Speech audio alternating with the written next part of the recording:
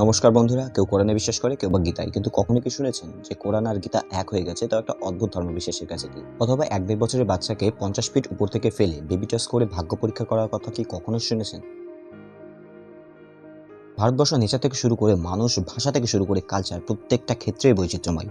তার সঙ্গে তার স্পিরিচুয়ালিটি, অ্যানসিয়েন্ট ট্র্যাডিশন, এগুলোর ক্ষেত্রে একটা বিরাট বৈচিত্র্য দেখা যায়। এমনই একটা বৈচিত্র্যের মধ্যে ভয়ঙ্কর রীতি হলো বেবি টস। হ্যাঁ, এমনই একটা বেবি টসের মধ্যে প্রায় ৭০০ বছর পুরনো একটা ট্র্যাডিশন প্রচলিত আছে, যেটা ভারতের মহারাষ্ট্র বা কর্ণাটকের বিভিন্ন গ্রামাঞ্চলের হিন্দু মুসলমানরা পালন করে থাকে বাচ্চার মঙ্গল কামনার জন্য। এই প্রথার শুরুটা হয়েছিল সেই সময়টা যখন শিশু মৃত্যুর হার প্রচুর পরিমাণে বেড়ে গিয়েছিল এবং মেডিকেল সায়েন্স আজকের মতো এতটা উন্নত ছিল না। যে যার বাচ্চাকে বাঁচানোর জন্য এদিক ওদিক ছোটাছুটি করছিল, কিন্তু কোনো রকম উপায় খুঁজে পাচ্ছিল না। অসুস্থ আর মৃত্যু পথযাত্রী শিশুদের সুস্থ করার সঠিক উপায় সম্পর্কে জ্ঞানের অভাব, আর সেই সময় ঈশ্বর আর পুরোহিতদের প্রতি বিশ্বাস এবং আস্থা থেকে এই প্রথাটা শুরু হয়েছিল।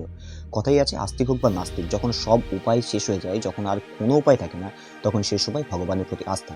তাই তাদের ক্ষেত্রেও এটাই হয়েছিল, তারা ভগবানের প্রতি আস্থা এবং প্রার্থনা শুরু করেছিল যখন তাদের হাতে আর কোনো সুযোগ ছিল না। তো তখন থেকে একটা পীরের উপদেশে এই প্রথাটা চালু হয়, আর সেই থেকে মানা হয় যে ওই অঞ্চলের প্রতিটা শিশু যাতে সুস্থ থাকে, জীবনে অনেক ভালো থাকে, তার জন্য ভগবানের কাছে প্রার্থনা করার সাথে সাথে একটা মানতও করা হয় যে যে ভগবানের কৃপায় একটা সুস্থ সন্তান জন্মগ্রহণ করবে, সে জীবনে অনেক ভালো থাকবে।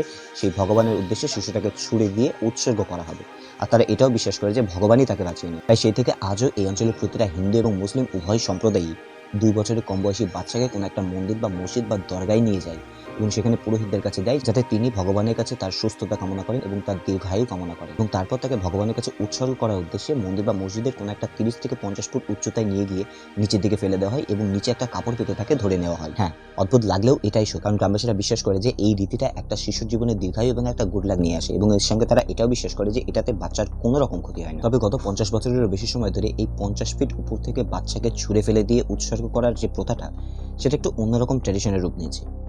এটা এখন আর অসুস্থ বাচ্চাদের জন্য করা হয় না, বরং একটা উৎসবে পরিণত হয়েছে। এখন বাচ্চাটাকে নিচে ফেলার পর বাচ্চা যদি সুস্থ থাকে, তাহলে এখানকার মানুষেরা উৎসব করে, গান বাজনা করে এবং আরো অনেক রকমের সেলিব্রেশন করে। আর বর্তমান দিনে প্রত্যেকটা ভক্ত বা ডিভোটিদের কাছে এটা একটা ধর্মীয় কর্তব্য।